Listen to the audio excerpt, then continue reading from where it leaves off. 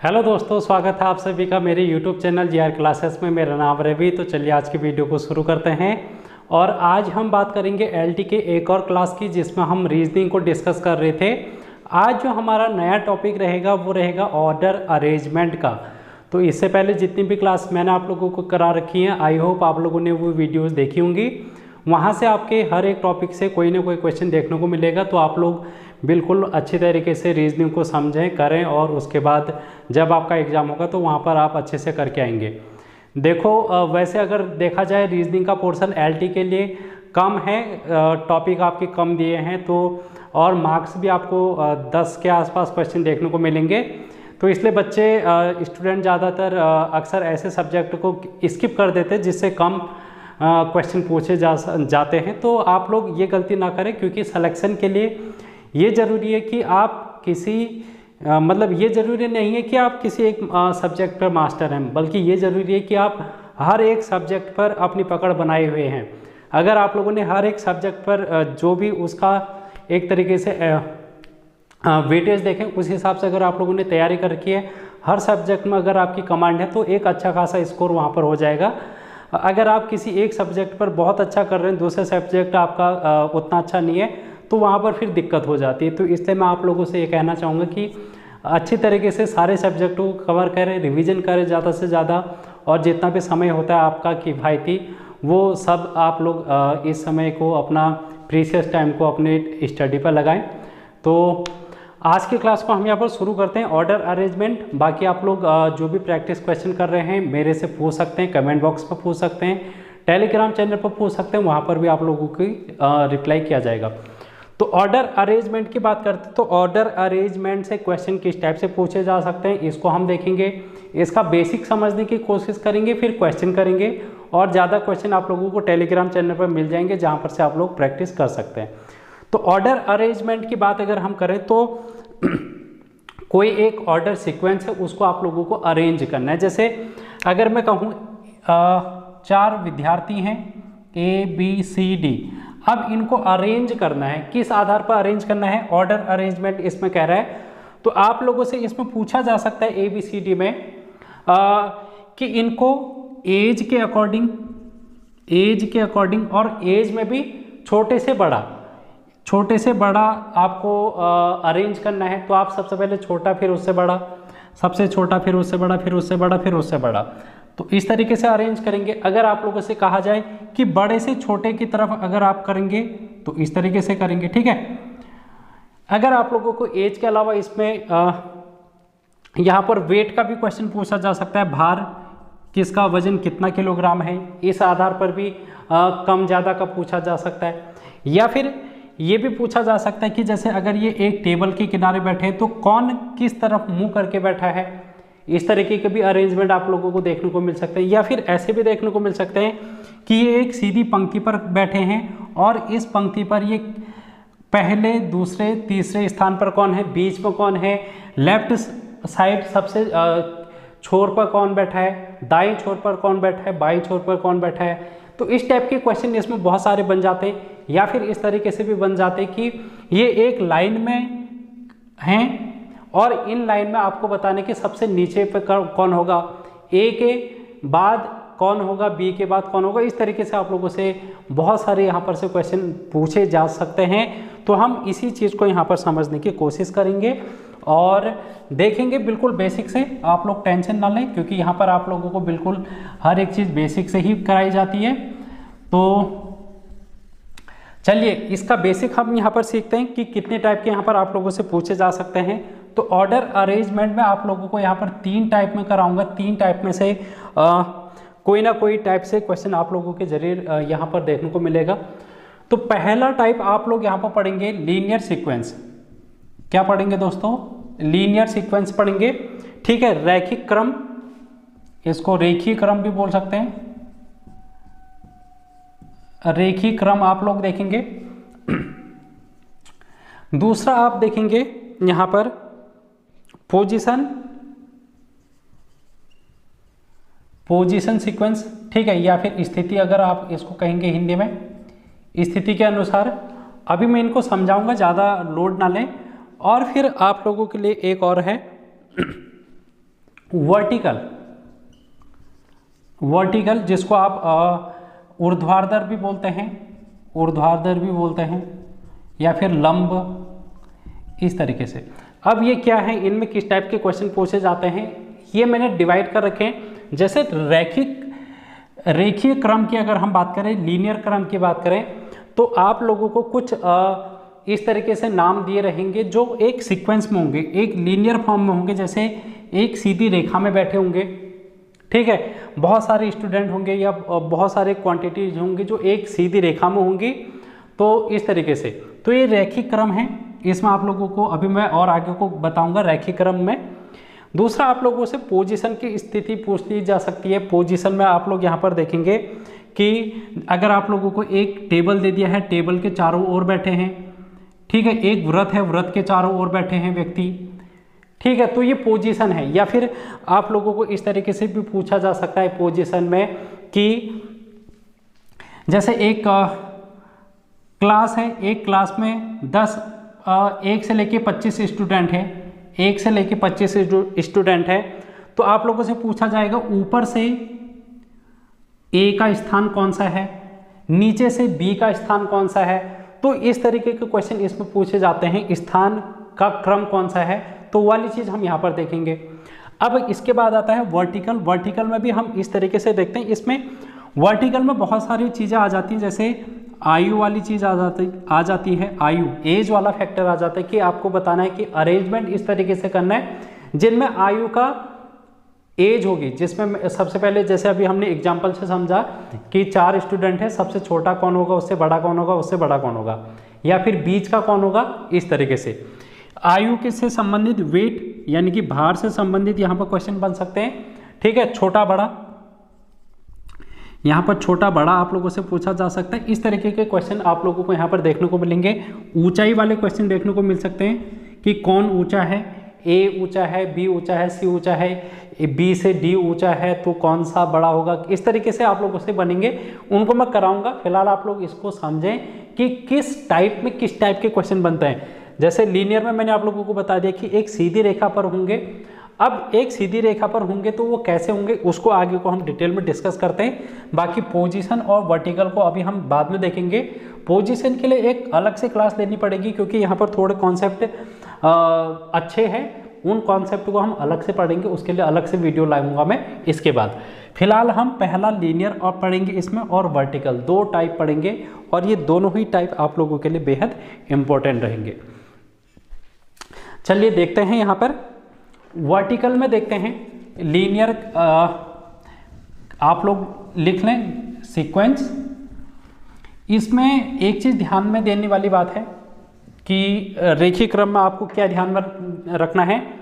एक तो आपको दिशाओं का ध्यान होना चाहिए, दिशाओं का ध्यान, जैसे उत्तर, ये ऊपर की ओर उत्तर, नीचे दक्षिण, पूरब, पश्चिम, ठीक है, उत्तर दक्षिण पूरब पश्चिम। और दूसरा आपको इसमें क्या ध्यान में रखना है, दाया और बाया, दाया और बाया। अब इस लीनियर फॉर्म में हम इनको किस तरीके से देखेंगे। आप लोगों से कहा जाएगा कि स्टूडेंट हैं, कुछ स्टूडेंट हैं, मान लेते हैं हम 6 स्टूडेंट हैं। कितने स्टूडेंट हैं, 6 स्टूडेंट हैं। कौन कौन है वो 6 स्टूडेंट, ए, बी, सी, डी, ई और एफ, ये 6 स्टूडेंट है।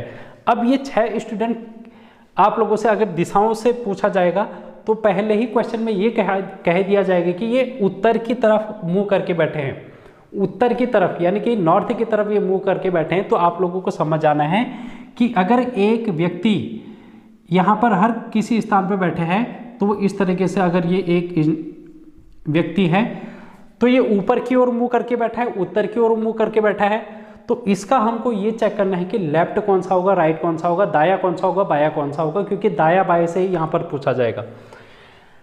तो आप लोगों को ये देखना है कि अगर हम उत्तर की बात करेंगे, ये उत्तर दिशा की ओर मुंह करके बैठा होगा, तो इसका लेफ्ट कौन सा होगा, राइट कौन सा होगा। जैसे अगर मेरे को आप देख रहे हैं, मैं उत्तर की दिशा की ओर मुंह करके खड़ा हूँ, अगर मैं यहाँ पर इस लाइन पर बैठूंगा सी स्थान पर, तो मेरा लेफ्ट क्या होगा, राइट क्या होगा, मेरा ये राइट है, राइट हैंड, तो यही मेरा राइट होगा, राइट यानी कि दाया होगा ये। और इसके इस तरफ जो आपका लेफ्ट है वही इसका लेफ्ट होगा, जो आपका राइट है वही इसका राइट होगा जब उत्तर की ओर मुंह करके बैठा होगा। तो ये बायां हो जाएगा यानी कि लेफ्ट हो जाएगा। ये उत्तर का आपको आ गया उत्तर दिशा की ओर। लेकिन अगर दोस्तों दक्षिण दिशा की ओर अगर कहा जाएगा तो ये दक्षिण दिशा की ओर इस तरीके से बैठा है। एक व्यक्ति है जो कि नीचे की ओर मुंह करके बैठा है अब दक्षिण दिशा की ओर, तो इस समय इसका लेफ्ट और राइट बदल जाएगा। क्यों? क्योंकि ये उल्टा बैठा है। अब आप अज्यूम करो कि आप यहाँ पर बैठे हैं और आपका सर तो नीचे की ओर है और पैर ऊपर की ओर है, तो आपका लेफ्ट और राइट क्या बनेगा? आपका लेफ्ट और राइट अब ऐसे बनेगा, ये बनेगा राइट और ये बनेगा लेफ्ट। इस तरफ तो बनेगा राइट, ये बनेगा राइट यानी कि इसको हम बोलेंगे दायां, और इस तरफ बनेगा इसका लेफ्ट यानी कि बायां। ये बहुत बेसिक सा कॉन्सेप्ट है, इसमें स्टूडेंट गड़बड़ कर जाते हैं दायां बायां करते हुए, क्योंकि नीचे वाली ऊपर वाली दिशा तो आप लोगों को ध्यान में रहती है, लेकिन दक्षिण की दिशा के अगर मुंह करके और बैठे हुए होंगे कोई भी स्टूडेंट या भी कोई भी व्यक्ति, तो वहाँ पर थोड़ा सा फंसने वाली बात आ जाती है। तो आप लोगों को ये चीज़ समझ में आ गई। इसके अलावा यहाँ पर दाएं बाएं से अलावा आपको क्या ध्यान में रखना है? पूरब और पश्चिम। अगर आप लोगों से कहा जाएगा कि सी के पूर्व दिशा की ओर कौन है, तो सी का पूर्व कहाँ की ओर होगा? सी का पूर्व आप लोग यहाँ की ओर देख रहे हैं, ये हो गया पूरब और ये हो गया पश्चिम। अगर पश्चिम दिशा कहेगा तो आप लोगों को लेफ्ट क्रम माना है उत्तर में। अगर पश्चिम पूरब दिशा कह रहा है तो आप लोगों को राइट की तरफ जाना है। अगर आपको पश्चिम कह रहा है तो लेफ्ट दिशा की ओर आना है। तो इस तरीके से आप लोगों को यहाँ पर थोड़ा सा समझने वाली की बात है। चलिए, ये है लीनियर फॉर्म। इसमें आपको क्वेश्चन कैसे पूछे जा सकते हैं मैं उसको अब कराने जा रहा हूँ। सीधे हम क्वेश्चन पर आते हैं और क्वेश्चन के बाद हम उनको समझेंगे, आंसर करेंगे उनके। चलिए देखते हैं क्वेश्चन। यहाँ पर नोट डाउन पहले से करके आया हूँ मैं क्वेश्चन को, आप लोग इसको पढ़ें और इसका आंसर खुद करने की कोशिश करें। फिर मैं यहाँ पर आप लोगों को करा ही रहा हूँ, तो फिर आप मैच कर सकते हैं आंसर अपना। तो क्वेश्चन क्या है इसको समझने की कोशिश करें। तो क्वेश्चन क्या कह रहा है कि 6 परिवार हैं A B C D E तथा F। 6 परिवार हैं A से लेके F तक। वो क्या है? एक पंक्ति के मकानों में रहते हैं। मतलब वो एक सीधी कॉलोनी है, तो एक पंक्ति में ही मकान बने रहते हैं। तो आप लोग इस तरीके से इसको समझें कि ये एक मोहल्ला है या फिर एक गली है।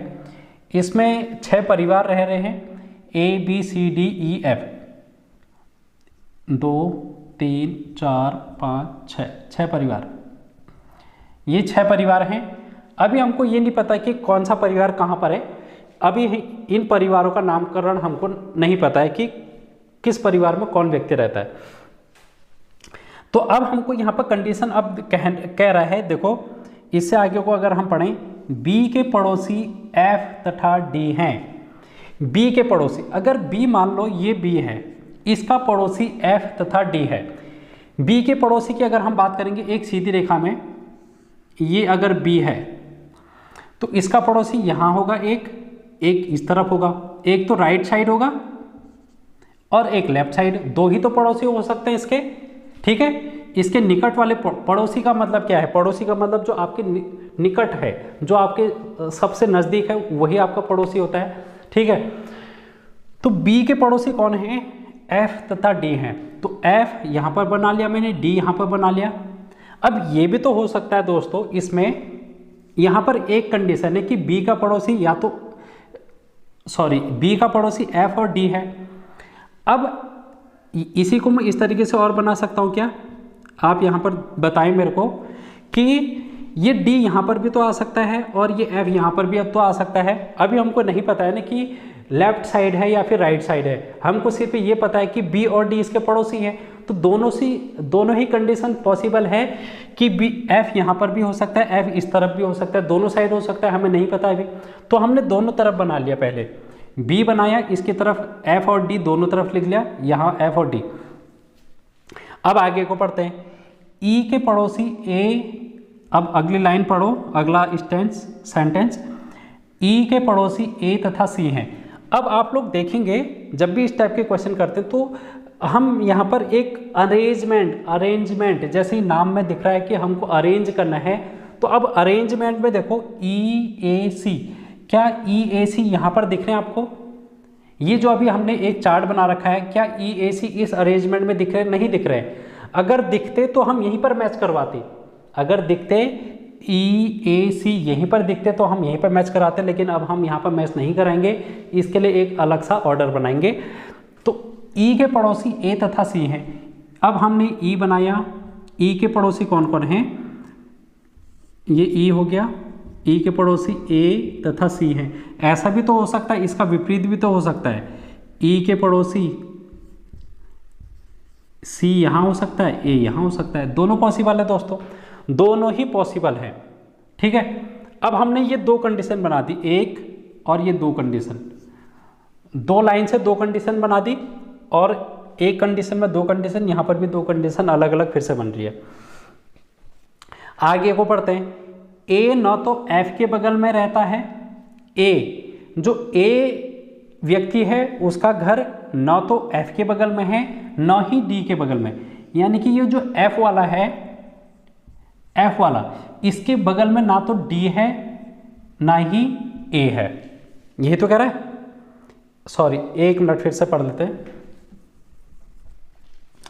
A ना तो F के बगल में रहता है न ही D के बगल में, जो A है वो ना तो F के बगल में रहता है ना ही D के बगल में। अब इसको हम यहाँ पर इनमें देखेंगे, जो हमने दो कंडीशन पहले बनाई थी इसको यहाँ अप्लाई करेंगे, यहाँ अरेंज करेंगे। A कहाँ पर दिख रहा है? A देखो, A यहाँ पर है, इसके अगल बगल में ना ही F हो सकता है ना ही D हो सकता है। इस A के बगल में, इस A के बगल में ना ही यहाँ पर F आ सकता है ना ही यहाँ पर D आ सकता है। यहाँ पर F भी नहीं आएगा, D भी नहीं आएगा, क्रॉस कर दिया। इस A के बगल में यहाँ पर भी तो हो सकता है, इसके अगल बगल में ना ही F आ सकता है ना ही D आ सकता है, तो हमने ये भी कर दिया। अब आगे को पढ़ते हैं। यदि C भी D के बगल में नहीं रहता है, यदि C भी D के बगल में नहीं रहता, तो आप यहां पर देखें C कहां पर है? C यहां पर है, ये देखो, ये रहा C। इसके बगल में D नहीं हो सकता, इसके बगल में D नहीं हो सकता। यहां कहां है C? यहां पर है C। इसके बगल में D नहीं हो सकता। अब यहां देखो D और C एक साथ नहीं हो सकते, तो यहां पर हम लिखेंगे C नहीं हो सकता, यहां पर भी C नहीं हो सकता। तो अब हम इनको अरेंज करेंगे दोस्तों। अब क्या करेंगे? अरेंज करेंगे। कैसे करेंगे? देखो, अब हमारे पास क्वेश्चन पूरा आ गया है। अब हमारे पास क्या कह रहा है? C के पड़ोसी कौन है? तो अब हमको C के पड़ोसी में देखना है कि कौन आएगा। अब हमको ये जो जितनी भी कंडीशन है हमने अभी तक इस क्वेश्चन से फिगर आउट किए हैं, उस फिगर आउट करने के बाद हम उनको अरेंज करेंगे। क्या करेंगे? अरेंज करेंगे, तभी तो ऑर्डर अरेंजमेंट हमारा टॉपिक बनेगा। तो ऑर्डर अरेंजमेंट में हम क्या करेंगे? अब लॉजिक लगाएंगे इन दोनों को। देखो, एक कंडीशन हमारे पास ये रही और एक कंडीशन ये रही। अब इन दोनों को आपस में मर्ज करेंगे किसी तरीके से, और मर्ज इस तरीके से करेंगे कि जो बाद की कंडीशन हमने लिखी कि F और D नहीं आ सकते, यहाँ C के बगल में D नहीं आ सकता, ये देखो A के बगल में F और D नहीं आ सकते, इसको हम ध्यान में रखेंगे। आई बात समझ में? आई थिंक आ गई होगी। तो हम क्या कर सकते हैं, यहां पर आप देखेंगे AEC, क्या यहां पर हम इस वाले को ला सकते हैं? AEC, तो आप यहां पर देखें A के बगल में F नहीं आ सकता, तो F वाला कॉन्सेप्ट नहीं आएगा। D वाला कॉन्सेप्ट भी यहाँ पर नहीं आ सकता। A के बगल में D नहीं आ सकता, तो हम ये वाला कॉन्सेप्ट भी नहीं ला सकते। यहाँ पर A के जस्ट बगल में D नहीं ला सकते ना, तो हम पहले वाले को तो इसके साथ नहीं ला सकते।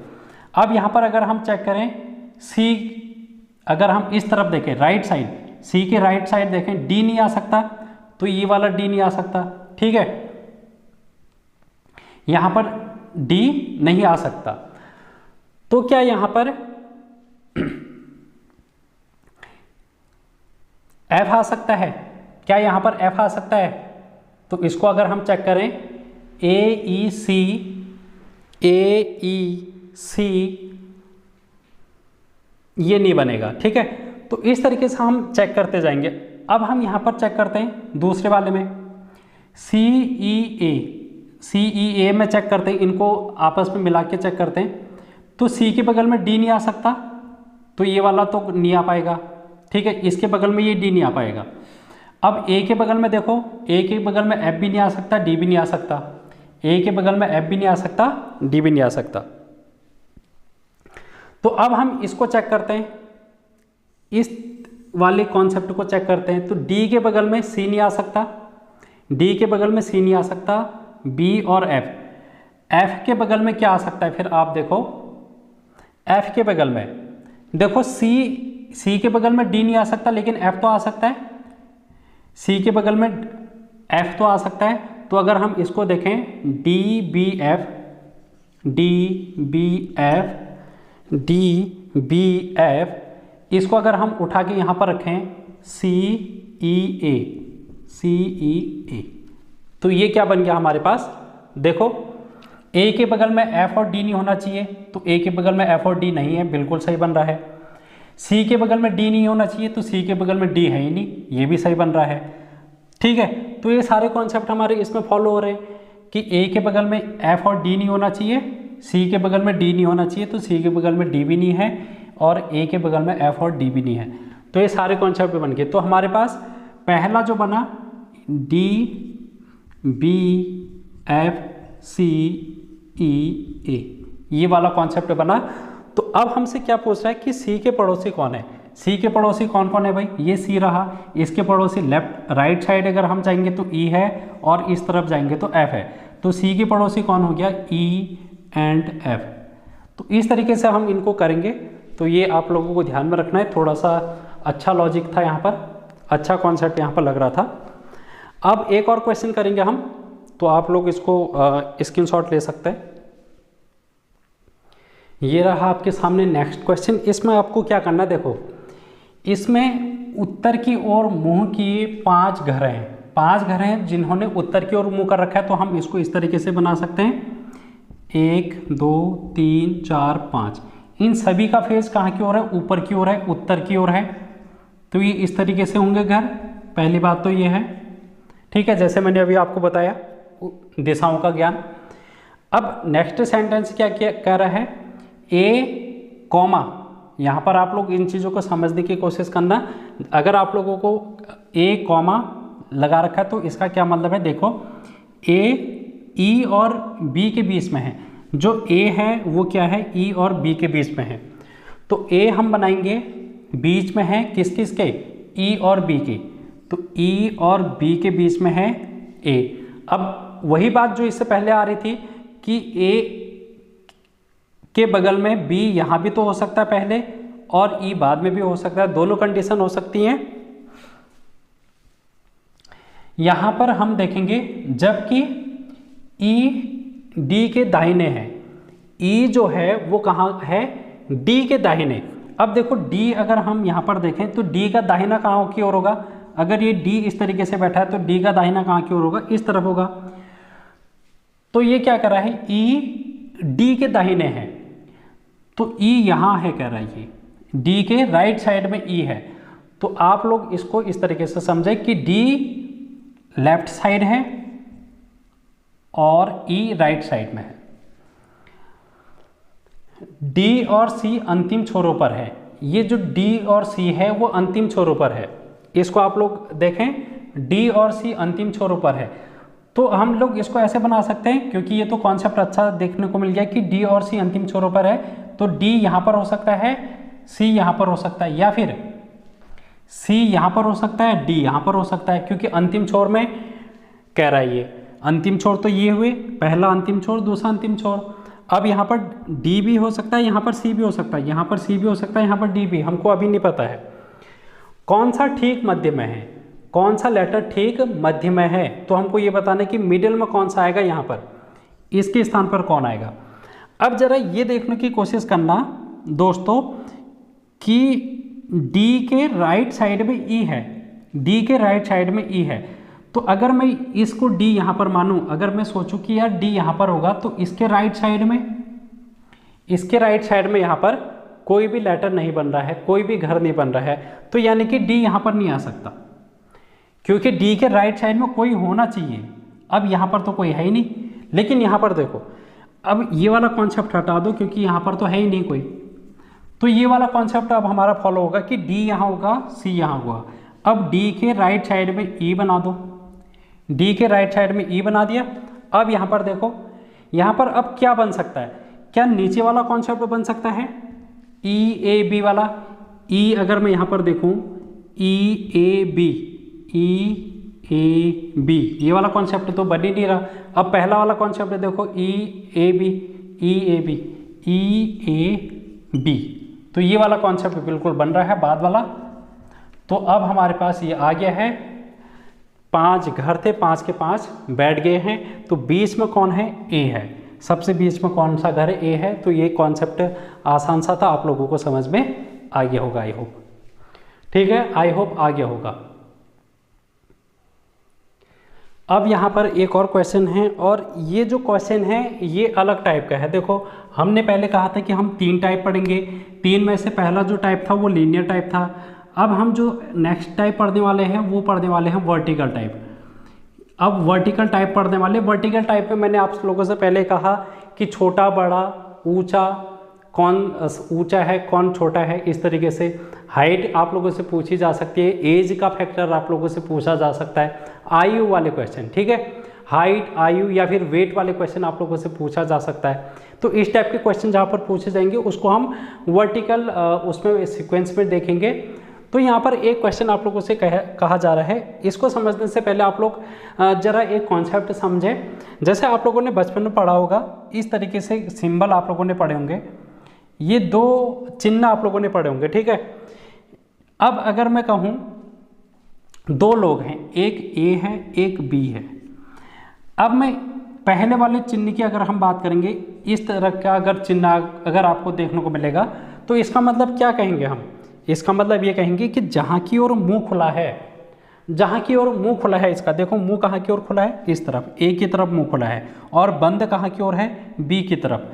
तो इसका मतलब क्या है कि ए बड़ा है और बी छोटा है, ठीक है दोस्तों। इसका मतलब क्या है, ए बड़ा है बी छोटा है।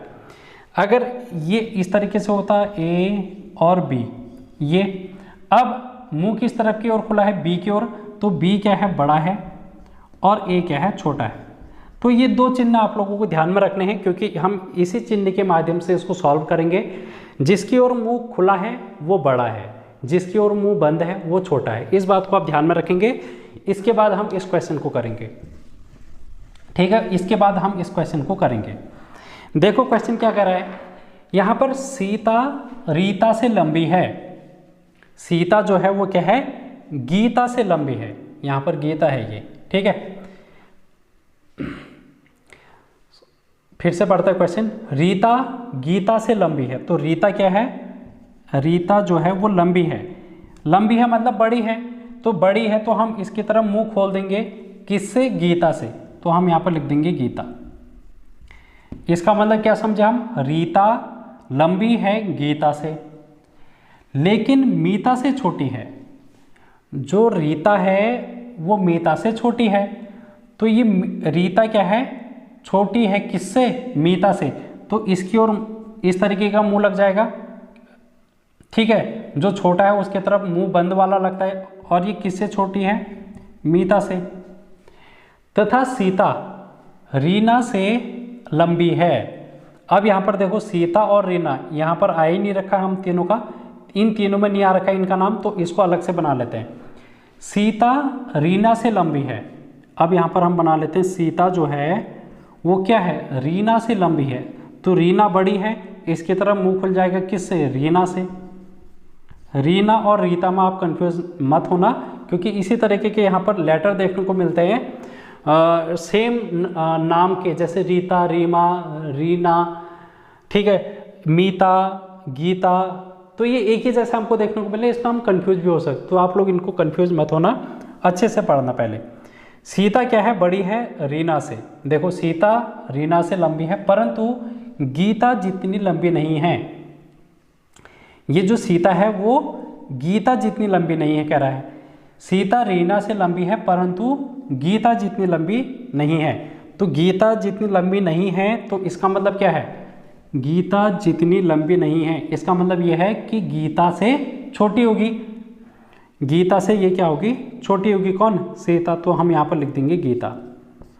अब देखो गीता यहाँ पर भी है, गीता यहाँ पर भी है, इन दोनों को मैच कराएं, अरेंज करें तो कर सकते हैं। तो गीता को गीता के वहीं पर रहने देते हैं। गीता के बाद क्या है, सीता, और सीता के बाद क्या है, रीना।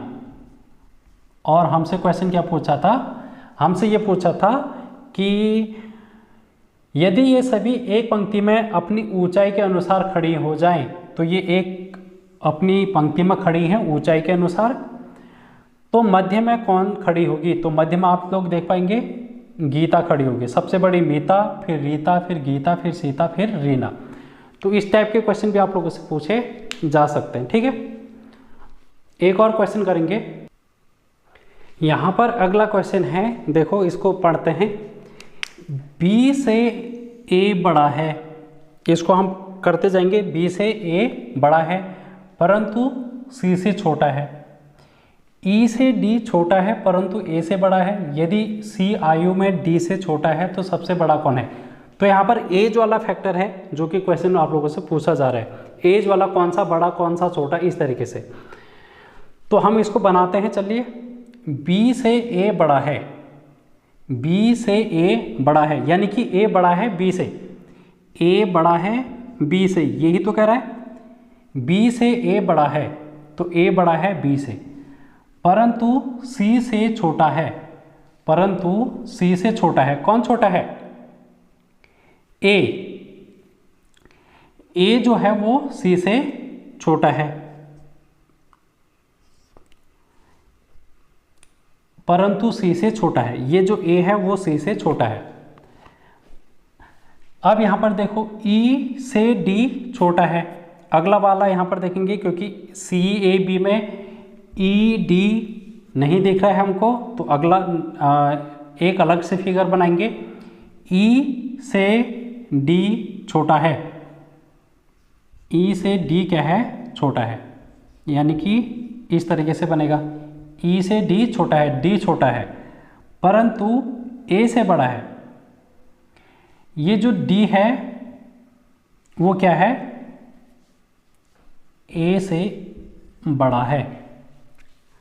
ये जो D है वो A से बड़ा है। अब आप लोग यहाँ पर देखेंगे कि यदि C आयु में, ये जो C है आयु में D से छोटा है, ये जो C है वो क्या है, D से छोटा है, तो D यहाँ पर आना चाहिए। ठीक है दोस्तों, D यहाँ पर आना चाहिए। तो सबसे बड़ा कौन है, सबसे बड़ा कौन है। तो आप यहाँ पर देखेंगे कि C से पहले क्या आ रहा है, D आ रहा है यहाँ पर, क्योंकि यहाँ पर इसने क्या कहा कि C आयु में D से छोटा है, तो C के जस्ट पहले क्या आएगा, D आएगा।